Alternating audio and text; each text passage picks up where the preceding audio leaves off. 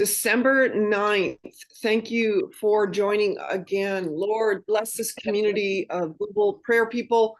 Thank you for their faithfulness. Thank you for Eran, who comes on faithfully every Monday.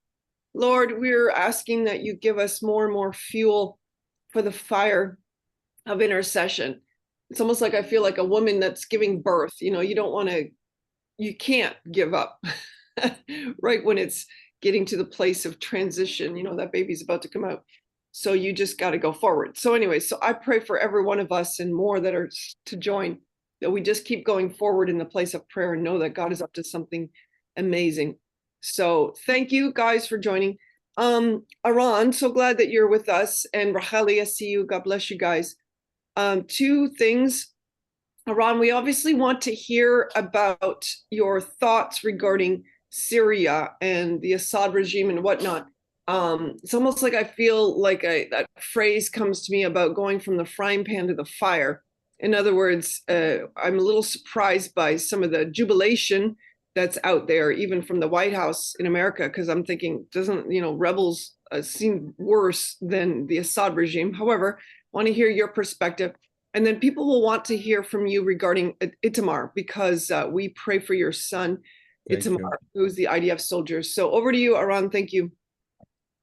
So, hi Patricia, and how are you all? Thank you very much for giving me the opportunity to speak with you every Monday. It's really blessed for me. So I will start with the good thing that Itamar, my son, go out of Gaza for a week, and now he's in a safe place in the south. They are in a place that they are helping the soldiers to heal.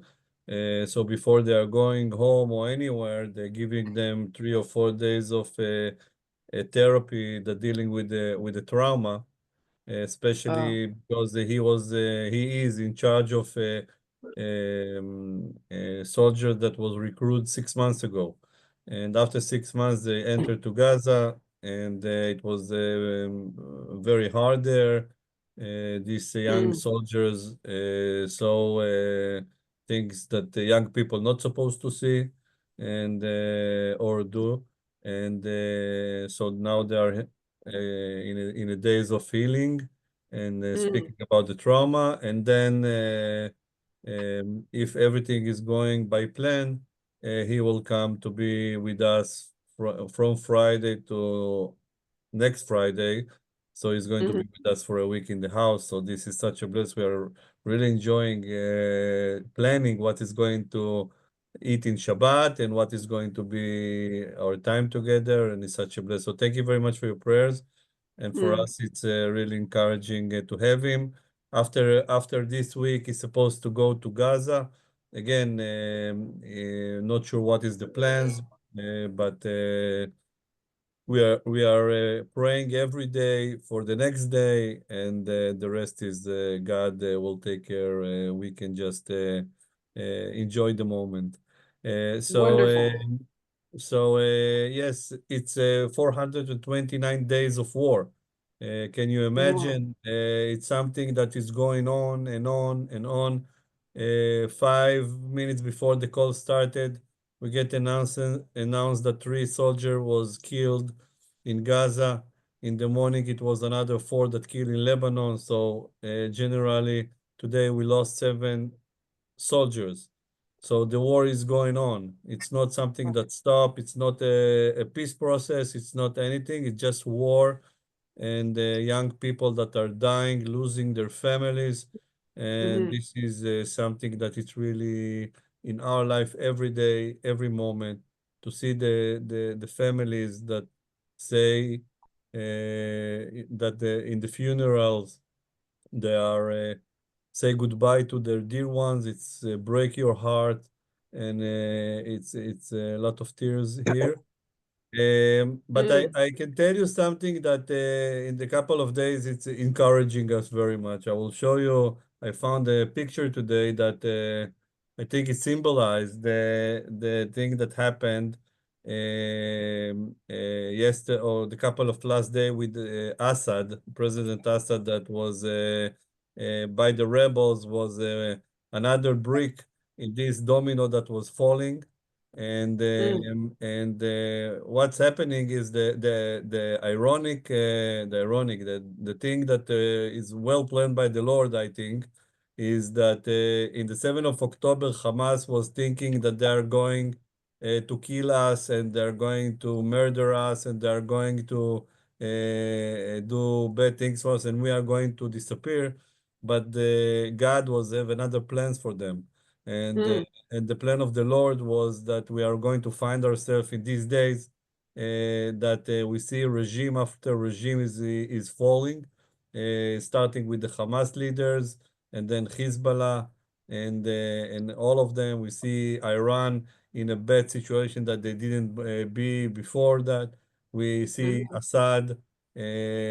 So this is something that it really show us that God plan is different. If we can read, if we can, I can say to you from Psalms 83, 3 to 9, it's written, see how your enemies growl, how your foes rear their heads. mhm. With cunning, they conspire against your people. They plot against those you Yeah. cherish. Come, they said, let's destroy them as a nation. So that Israel name remember no more. And this is the plan.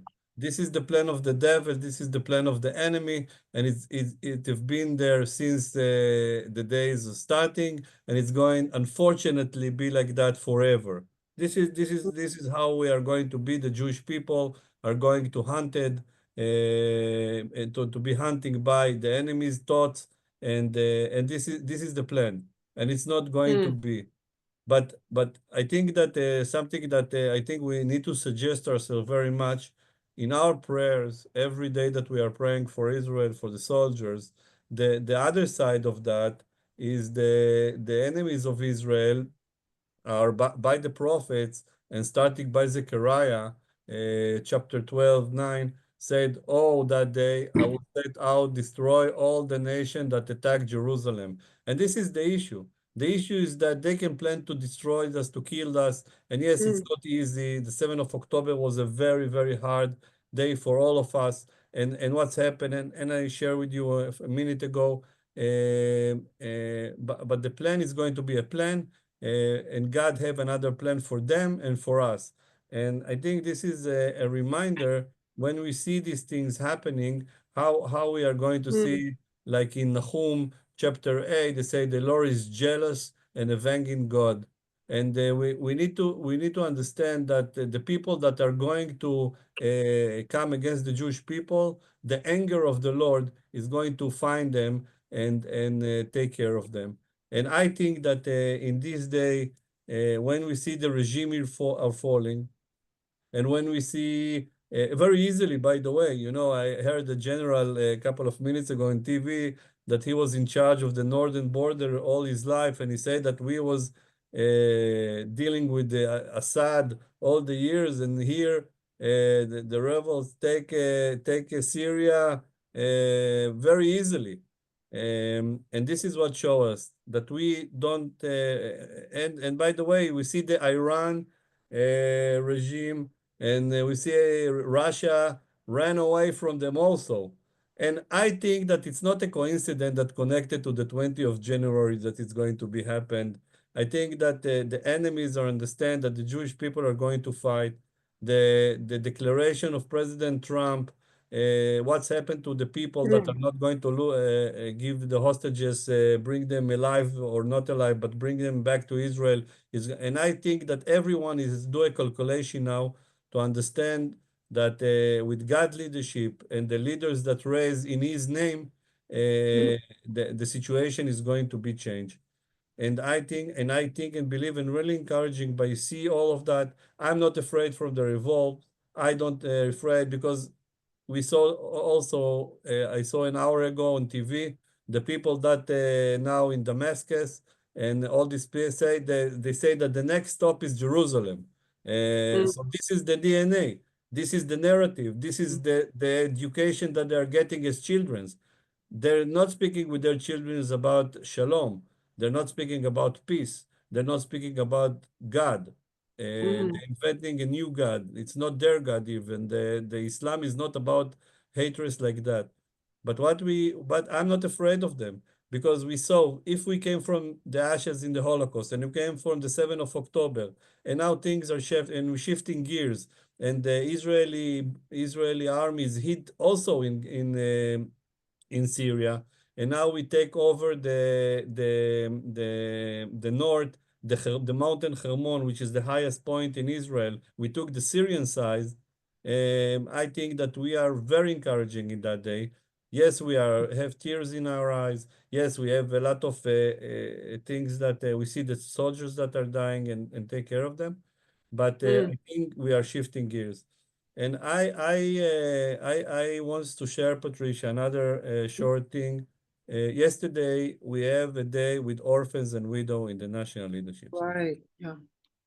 And was a day of tears and sorrow, a day of happiness and laugh, a day of hope, a day that, I'm speaking about it and I remember the parents that was there, the mothers that was there. And I Mm. cannot imagine about how these women are finding strength to continue to live or continue to grow the children or go to work or being a mother. But yesterday I saw the lion from Zion. Really, I think Fred and Sonia gave me a couple of years ago a picture of the lion from Zion. And Mhm. Mhm. I saw yesterday strong lions that protecting their childrens, but with a lot of sensitivity, very vulnerable women, but a strong woman. And to see Mhm. how they are looking for the future and to see the heart of stone that saw tears and lost the dear ones, um, for me it was amazing. And again, one of the things that happening in the National Leadership Center that we know and we see through the years is the prophets coming alive and the Bible coming alive. And yesterday, when before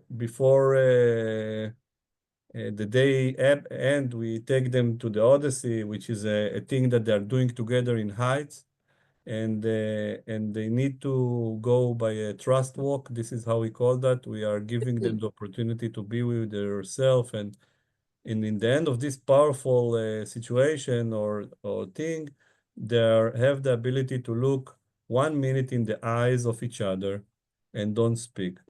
And in that moment, we encourage the mothers to remember the day that they saw the first one, the child. And we remember the first day that they was celebrating with their dear one that they lost, the new baby born. And you can imagine as a mothers or sister, brothers, how powerful is to do it. And then one of the Ethiopian mothers was after its end, she told to her child something that, I was, with all my efforts to bring the Bible alive, I think this is one of the top of the mountain. She said to her, "Behold, my girl, behold, to art of fair, my love." And I know that in the original thing, it's speaking about a different thing. But when you see a mother that say to her child, "You are beautiful to me. You are my dearest daughter. And when I look at you, I see your father. And when I Mm. look at you, you are going to be the one that is going to bring your dad and our father." But she said to her so gently the word, "You are so beautiful in my eyes, my dear." And we look at that and we say, "God, thank you very much for giving us the opportunity to serve you, the Mm. opportunity to serve these families, the opportunity to heal them, the opportunity to take care of activity, go out of the darkness for the houses, for the tears and the grieving, and to take a moment, 1 minute, that is going Mm. to change a lifetime of a family, of a nation." And when you see sentences and verses from the Bible alive on people, not just we are reading that or we are demonstrate them the life of King David, of Abraham, or Joshua. No, you see, the people are saying to the children, "You are beautiful to me, my precious." Oh my Mm, gosh, no, this is the highest reward that I have in my life. mm, And I would like to say thank you very much, all of you, to take part of this journey that we are doing. And again, the war is not ended. We see some encouraging signs with the hostages, and things are moving. It's not going to take a day or two. It's going to take months. But the nation needs us more than ever, and God is provide us resource, people, and I think, every day that I'm start since the war started, I really triple my portion of prayer every morning. And I started to say the Shema at night before I go to sleep. When I wake up, and mm, because we have to be so thankful for what God is providing us. But most of us, I'm thankful to be in His servant, to be His servant, and from a very humble place, I think that this is my privilege in this my lifetime to serve the Lord and serve others. This is the purpose of my life, and I would like to say to you, thank you very much. Continue to pray. It's a critical time for Israel. These mhm, mothers needs us. These children that was in war and still in war need us. The trauma is going to grow. We don't see the end of that, but with God plans, and with people that are doing the changes, I think we are going to be strong. And yes, the army, the IDF is stronger than ever. We hit them, and President Trump is going to stand with us, and we are going to be double and triple stronger. And I mm, think that again, my when Racheli and me was preparing for today, to see the Psalms, to understand that the devil plan is to kill us, and God's plan is that we are going to grow and raise, we are going to be strong, and we are going to be, and the National Leadership Center is going to be a shelter and a place that all of these hearts and souls of broken, they are going to heal. And yesterday I saw the mother that was in that particular moments that both of them are not going to forget in their lifetime. This is our privilege, wow, Patricia, to heal the that's nation, so to good. heal the people. Thank you very much. Thank God for the National Leadership Center and for your leadership there. Hallelujah, for a beacon of light, like an oasis in the midst of a desert. Could you just give just a quick overview, because you glanced over it briefly, but then I saw the photos of you at Auschwitz in Yeah. Poland just recently. You had family that went through the Holocaust. Could you just comment on that? Like, what was that like for you, and what did you learn? Or I want to get there someday. Actually, do it's on my list, but just a comment on So, that. So Patricia, I will happy to that we are going to go together, and Yeah, I think Sharon and Sharon and Janice will come with us also. So I good. think but sorry but I was in Poland more than 10 times. Ah, Um, and this time it was very unique because the woman that leads us, she is a survival from Kfar Aza, a kibbutz that was part of the massacre in the 7th of October. And mm, she took us to a journey through this terrible period in history, through the eyes of a survivor that was be in the 7th of October. One of my things that I understand very well is that Europe now, it's the same place that Europe was in the before the Holocaust period. I think that they blind. By the way, the Jewish people that are living there also blind. It's not the anti-Semitism that we saw against Jewish people in Amsterdam or in Paris or in London. No, no, no. This is the obvious. We saw and understand when we meet people that in the academy, the Jewish people are not welcoming there.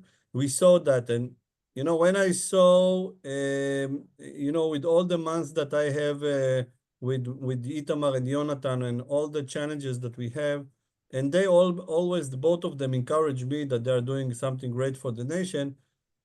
But when I stand in Auschwitz I, the camp, and I saw again the briefcase with my family names there, the people Wow. that are thinking that they're going back to their houses and slaughter in Birkenau, I understood that we need to be here in Israel, holding the ground and Jerusalem very strong, Mm, because when you are standing in Birkenau, you are smelling the fire. You are not really, but you are smelling that. And I go there every time and understand that God promised us this land, and the people that, and I think I don't think in terms of Holocaust in Europe now, but they are very close to the situation that was there before that. And with laws, with approach, with the politics against Jewish people and anti-Semitism and racism in a bad way that you can imagine in the noble Europe. I'm yeah. standing there and I was crying to the Lord with tears in my eyes. God, bring all the Jewish people for 4 quarters of the world. Bring them to Israel. Bring them to Israel. This is the safe place for them. We have 150 new immigrants. That was it was funny. 150 Jewish people from France that looking for a places to live in Israel now. They wants to do an aliyah. They wants to do an aliyah, and the mayor and the mayor and the mayor was bringing them to the National Leadership Center to see how beautiful is the city. He didn't take them to see the high school. He took them to, and from the National Leadership Center, he took them to places. This is my prayer, that is going to be a Wow. massive aliyah for Jewish people to Israel, because this is the only place that they can feel secure and safe, because God protection here is stronger Mm. and it's going to be forever. And this is why I'm going there, to remember, not forget, and not forgive, by the way, and but to be focused on our nation and the healing of the nation, and understand how much is important what we are doing together in the National Leadership Center. Connect the people to the heritage, to the roots, to their faith, and this is the privilege that Yeah. we have, to be people understand why they are living in Israel, because this is their rights, because God promised that, and because this is the only place the Jewish people can be very secure and safe, and for that we are going. Wow. Thank you so much for that. I read every Shabbat. I read through Book of Martyrs, but I also read through that Yad Vashem book on the righteous among the Gentiles. And thank you, Stella, for that. And I don't know why. Maybe it's just me, but I feel like we all need to keep remembering also what's happened in the past in terms of this anti-Semitism, the Holocaust. And I don't know, I just feel like if we're fueled for the fact that we're going to be one of those Corrie ten Boom, Dietrich Bonhoeffers, or there's a whole list of righteous among the Gentiles, and Yeah. how they stood against the tide, and but some of the atrocities, it's just so, the Holocaust by bullets is one thing. 2 million killed by bullets, like just being shot, and then thrown into a ravine. And I'm like, God, I just don't want to ever forget this, and that we, stand with the Jewish people. Anyways, Eran, so good. I'm going to ask Sharon to, Maria, can you stop unmuting your phone, please? I think it might be your kids, because we hear that. All right. So there's a Maria D. Camaro. I keep muting you and then it keeps getting unmuted. Go ahead, Sharon, please lead us. Eran, I